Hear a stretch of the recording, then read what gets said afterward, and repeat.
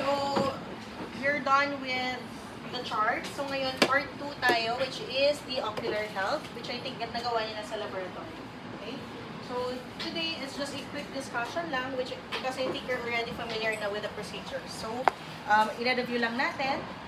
And if in case, I think yung Bruckner's ata hindi pa kayo familiar doon. No? So, when it comes to ocular health, it does not just give us an idea regarding the health of the eyes, diba? Kung okay to, kung walang redness, walang infection. Aside from the general status, we also have to check if may mga risk factors siya for potential damage or for potential complications in the future. Also, very common for presbyopic patients or low vision patients, or sometimes, especially mga geria, there are systemic diseases that brings about complications or vision problems. Yung mga hypertensive, diabetic, may mga diabetes, diba? Usually, nagkakaroon sila ng problems with retinopathy, or usually yung mga glaucoma patients, nagkakaroon sila ng visual field problems or optic nerve problems. With children, very rare yung may mga systemic diseases.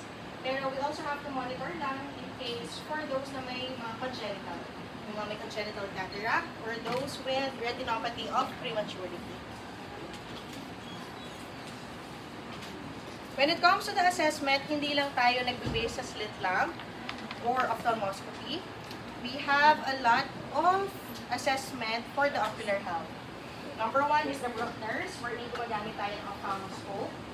Then, we also do pupil testing, which is part of your preliminary examinations. Yung anterior segment and ocular media, we use slit lamp or DO, direct ophthalmoscopy. For the posterior, DO and PIO. PIO is the binocular indirect. Hindi ko magamit sa lens or yung may sinusuot pa silang lens for the lens. And then, visual field, we do confrontation tests. For IOP, we can do contact or no contact tests. Start tayo with Bruckner's. Ito ate hindi nyo pa nagawa with Dr. Erica. Yes. Okay? So, Bruckner's is more or less parang screening test siya when it comes to the pediatric population. If we have CSM last week, for example, sa vision assessment, if in case kinover mo yung isa, di ba? If we turn away na yung eye mo, meaning that open eye has a problem.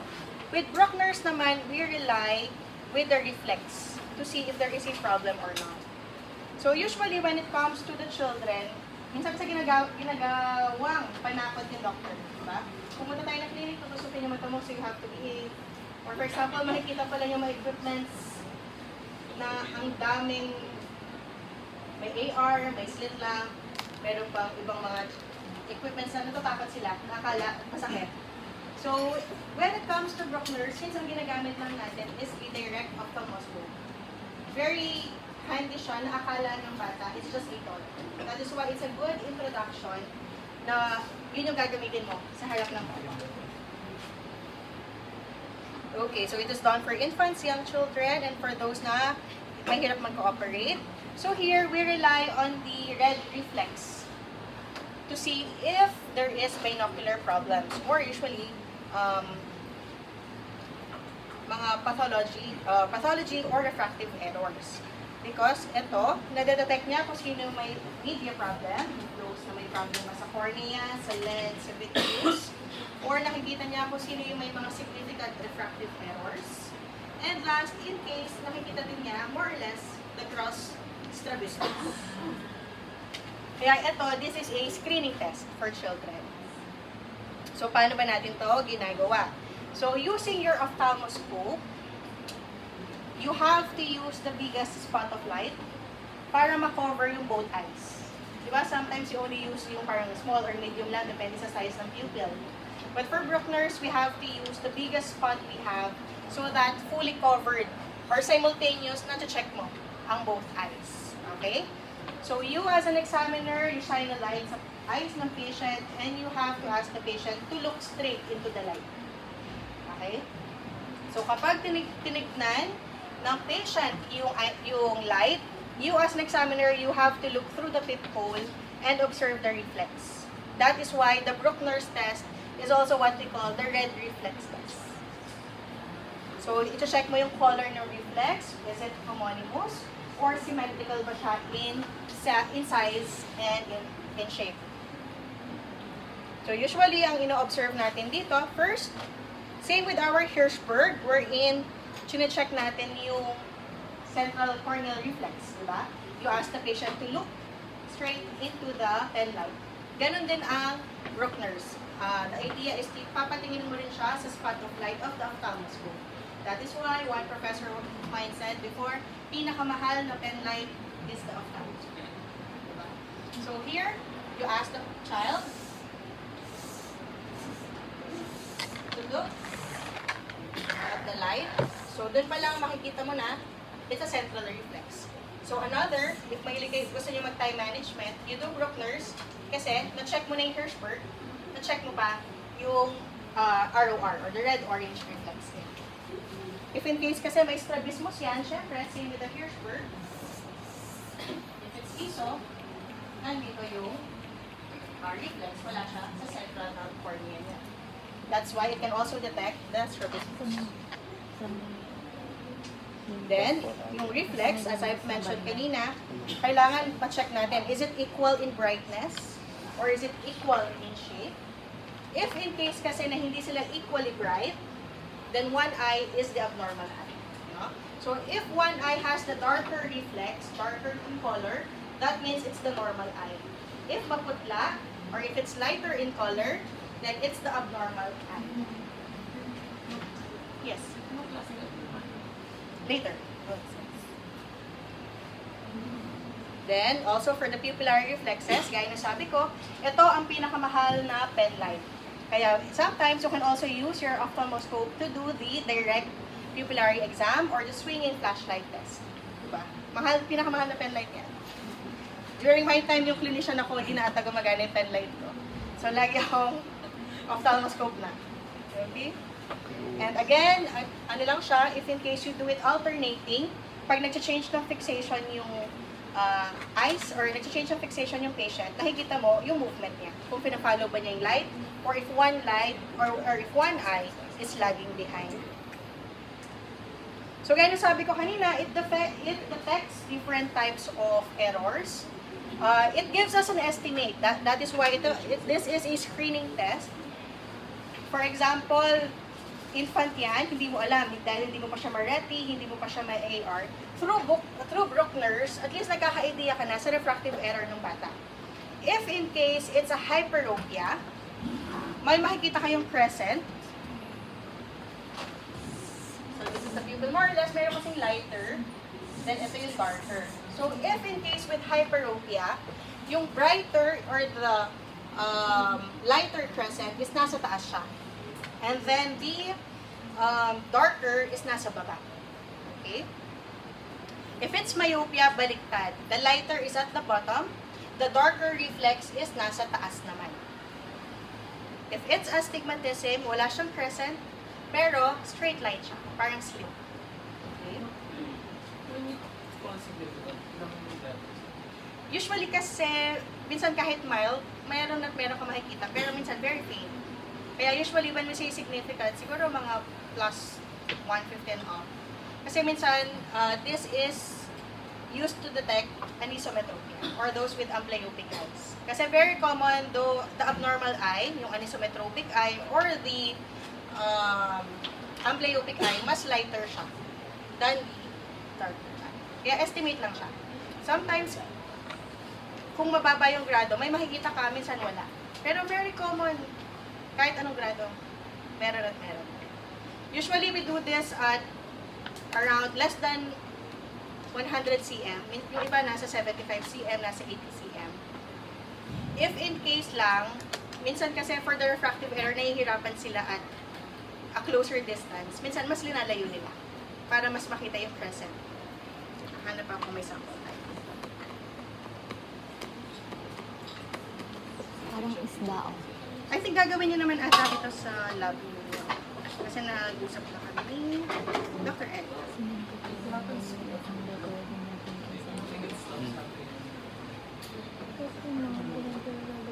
Hindi naman ba? Hindi, wala daw pangsag kahit sa sabi. Pero ano, sinabi na, nagsasabi ako na, ano sinasabi yung mga gawa-gawaan niya? Ganun.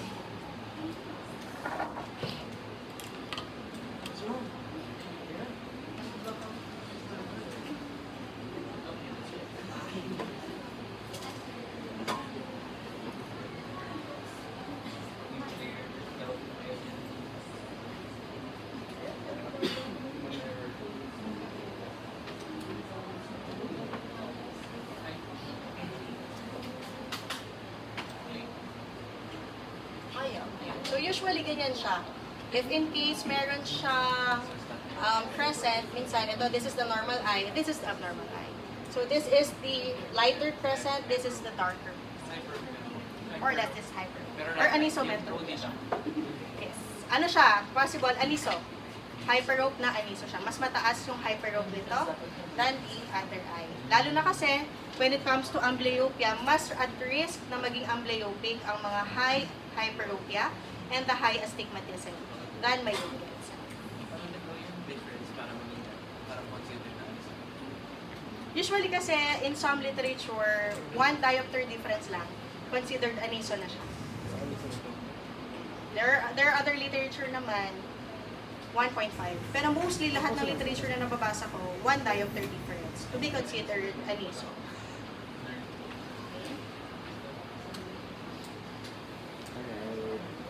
Alright. At may ano ka ba? Minus 5 minus 6 5 minus. Tinry mo siyang mag-compare ng images. Last slide na. Is one eye smaller image na Hindi naman. pantay. Usually, aniso lang, pero not amblyopic, not Tanong natin. aniseconic. Okay? Ayun, shadow test pa. Ay, oo. Next, strabismus, gaya na sabi ko kanina, hindi siya central, or sometimes the strabismic eye has a different reflex than the normal eye. Then, if in case naman for cataract, very common, normal, then white opacity yung makikita mo dito. It's not red. Sometimes, if mature, hindi pa mature yung cataract, this is your pupil, makikita mo yung red-orange reflex dito, then may makikita kang opacity kahit sa central lang. Okay? For vitreous hemorrhages, or sometimes floaters, makikita mo parang tiny particles ng opacity. For retinoblastoma, very common agad, it's always white or yellowish na reflex. Anong difference kapag white sa Minsan very common, halos same in appearance sila. Kaya after, gaya na sabi ko, this is just a screening. So kapag may nakita na kayong white reflex, then that is the time na kailangan ipa-check na siya, emergency. Okay, so next we have pupil testing. So when it comes to pupil, I think you're all familiar na with the direct and the consensual light reflex. So magsha-shine a light ka lang, then check for the consensual or the reflex of the other pupil. So dito, we evaluate it for size, the shape, the symmetry, and your responses to light. Tayo naman, usually, ang ginagawa natin is Perla. Pupils equal, reactive to light, round and reactive to light, and accommodation.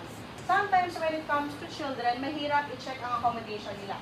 Lalo for toddlers, no? So, as long as ma-check mo nyo na lang, if it's equal, if it's round and reactive to light, okay tayo for toddlers. Siyempre, with accommodation kasi, hindi pa natin na-check for the infant and the toddler stage. So here, if there is normal pupil constriction, or usually equal sila, that's normal. If in case naiwan yung isa na constricted, yung isa it's dilated, then there is an abnormality. Next, we have the external. When it comes to external test, tayo kasi we have to check the lids, the lashes, lahat-lahat. But sometimes, there are children na takot mag-slit lamp or very irritated na ayaw magpa-check ng external. Usually, when it comes to the external, kung ano yung complaint niya doon, yun yung unahin mo. If in case the complaint is redness of the eyes, i-check mo na agad yung sclera and conjunctiva. Last mo na lang i-check yung lens, yung iris. So, i-direct the check-up dun sa concern. If in case mayroon siyang itchiness, you have to check, is it an allergy sa lids and lashes? Or is there an outward or inward growth of the lashes niya that nagkakos ng irritation?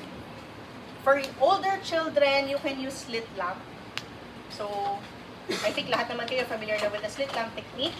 If in case bata natakot sa slit lamp, hindi kayang umupo, hindi abot yung headrest, you can make do with handheld slit lamp kung merong mayaman sa inyo, you can buy. Diba? Pero if wala, you can either make use of your illuminated magnifiers. Kung wala rin kayong illuminated magnifiers, you can be creative. A plus 20 diopter trial lens and your pen light or your ophthalmoscope na pinakamahal na pen light. Yes. Yung 28 diopter lens kasi that's a Vogue lens na madalang lang na meron sa atin kasi partner siya sa BIO. So, based on our case record, these are the ine-evaluate natin. Lids and lashes. So, doon, you have to check, is it free from dust, free from mites, or free from the muta? So, very common sa mga bata. Bulbar and the palpebral, is it meron bang mga vessels na engorged, or meron bang redness? Cornea, meron ba siyang scar? Meron bang opacity? Or if in case, those with contact lens users, okay naman ba yung hygiene nila when it comes to the contact lens use? Anterior chamber, ang mahirap kung wala kang slit lamp. So what is our alternative? Shadow test. Okay? For the iris, we just take note of the color or if is it polychoria or is it dysphoria. For the lens, check nyo lang if there's an opacity or if it's clear. You can also check when it comes to the lids and lashes. Sometimes baka may mga ptosis yung bata, you can also check yung palpebral fissure size. So next, we have the shadow method, which I think pinagawa sa inyo ni Dr. Erica. No?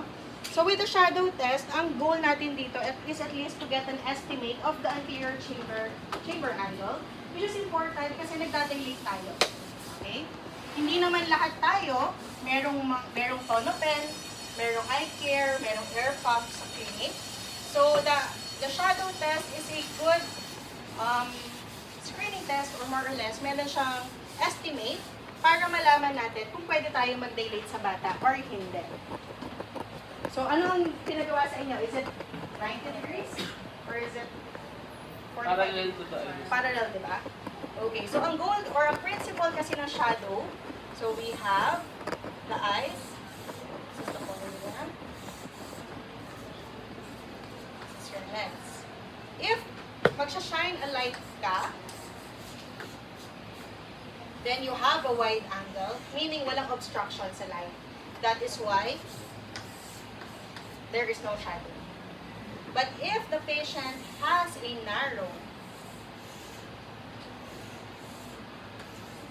angle, very narrow siya yan, then magsha-shine ka ng light, merong opacity dito. Hindi magpapass through straight yung light. Kaya nagkakaroon tayo ng shadows. Okay? Naiintindihan ang principle ng shadow. Depende yan, it measures or gives us an estimate sa angle natin. Or the anterior chamber angle. Okay? So when it comes to the grading, grade 4 means no shadow. Very wide yung angle. If in case naman, may shadow pero konting-konti lang, around 2/3 of the whole iris, it's grade 3. So both cases, dilation is possible. Okay? If in case naman grade 2, na almost 1/3 lang yung illuminated, medyo malaki yung shadow, and grade 1 na talagang almost covered na siya, it means dilation is contraindicated. Possible kasi yung bata, magkaroon pa ng complications with the dilation or baka may risk factor na pala siya for glaucoma. Okay? Naintindihan with the shadow test kung paano ginagawa? No need to demo, no need to practice. Okay. Next, we have the ocular media. When it comes to the ocular media, mabilis siyang i-check sa slit lamp. Diba? Makikita mo lang if it's clear or kung may opacity. But when it comes to the Bruckner's, or sometimes you use ophthalmoscope to check the opacity, hindi natin alam if it's anterior or if it's posterior or sometimes anong part ba talaga ng eye na may opacity. So just a just a quick good to know idea or in case for you to know if yung opacity is sumasama sa movement ng eye. For example, you ask the patient to look at your right, tumingin siya sa right, even the opacity nag-move to the right, it means nasa anterior position o nasa anterior capsule yung opacity. Pero kapag tumingin siya sa right, the opacity move to the opposite direction, then it's a posterior capsule opacity. If in case naman, it moved to the right due to the movement of the eye, pero bumalik ulit sa original position, it means it's floating. That is why, more or less, floaters lang yan, or yung opacity is nasa vitreous siya. Okay, so this is, more or less, it gives us an idea kung wala tayong slit lang. Okay? Next, for the posterior segment, you are all familiar with the ophthalmoscopy. We can either use a direct or indirect ophthalmoscope. So dito, ang chine-check natin, the optic nerve, the disc, the macular retina, the vessels, choroid kung possible. So usually, the fundus exam is done last kasi nagda-dilate ka pa. And then there are others kasi na bata na nai-irritate sa light, ophthalmoscope. So, kung inuna mo yung ophthalmoscope na hindi naman yun yung chief complaint niya, nairita na sa'yo, nasilaw na siya, nairita pa sa'yo, ayaw na makipag-cooperate. That is why, usually, fundus examination, kung hindi naman sa external or ocular health yung problem, it's done last na, after the dilation. So, dito, kung hindi nyo makuha lahat ng kailangan nating makita, syempre, there are toddlers that are not cooperative or sometimes short attention span na ayaw makinig sa'yo. Kung hindi nyo na makita yung periphery, kung hindi nyo na makita yung vessels, that's okay. As long as you get a picture of the optic nerve and the macula, the central retina. You can also use toys to distract the child or yun yung target na papatingin nyo. So dito, the advantages lang ng direct, which is ito yung ginagamit natin. It gives us at least an easy way to check the fundus kasi yung bata hindi naman papahigain or nakaupo lang siya. And then, in case large or small pupil, nagagawa natin siya. It's portable, it's handheld, and upright image siya. Si Oaklands kasi, or the BIO, opposite image siya. It's an inverted. So, kung sa BIO, you want to check the 9 o'clock position of the retina, sa 3 o'clock kung papatingin mo siya. Baliktad siya na. So, ikaw din, nag-mental calculation kung saan yung position mo ng television. But with direct, it's already an upright image na. Disadvantage lang, it's quite small. So, konti lang yung viewing distance mo. This one, it's the parts, which I think na-discuss naman na sa inyo. Then, ito yung sabi ko, kung hindi nyo makita lahat, as long as you get the color, if it's reddish-orange, hindi naman pale, okay tayo. For the optic nerve, as long as makita mo lang yung optic nerve head, so you have to take note of the disc, which is the margin, and the optic cup. Okay?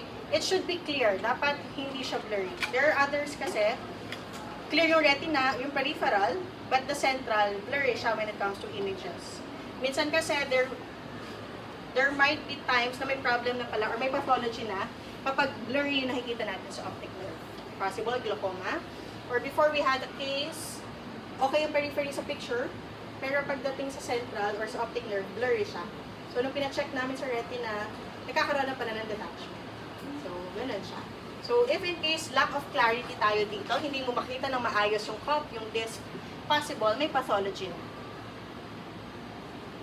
Then, take note of the disc shape. Is it round? Is it oval? Or is it tilted? Then, yung position of the cup, is it central or decentered pa siya? Next, we have the visual field. Visual field tayo for adults, we use perimetry, we use tangent screen.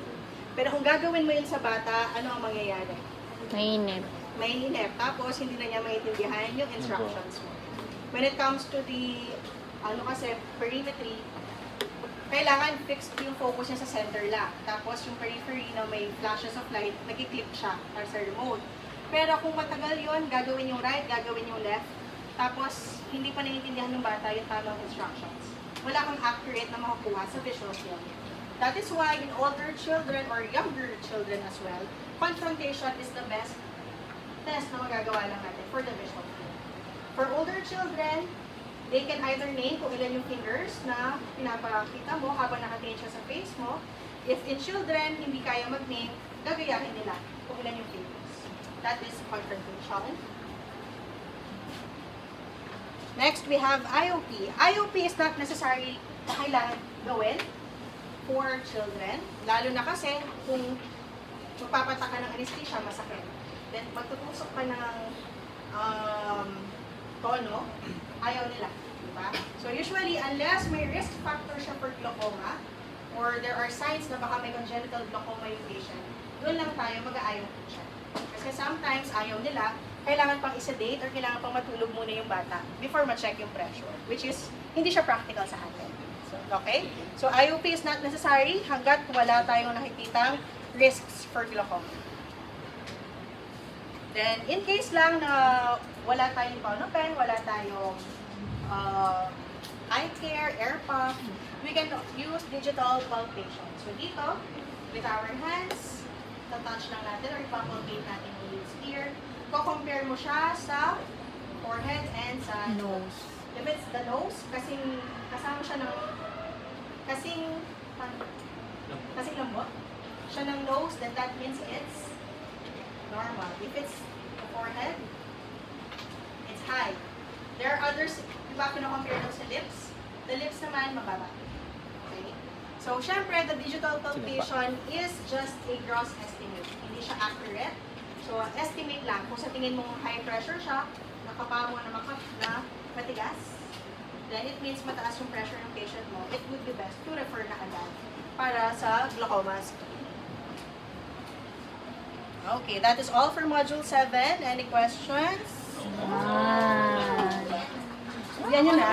Yay! Hindi pa po.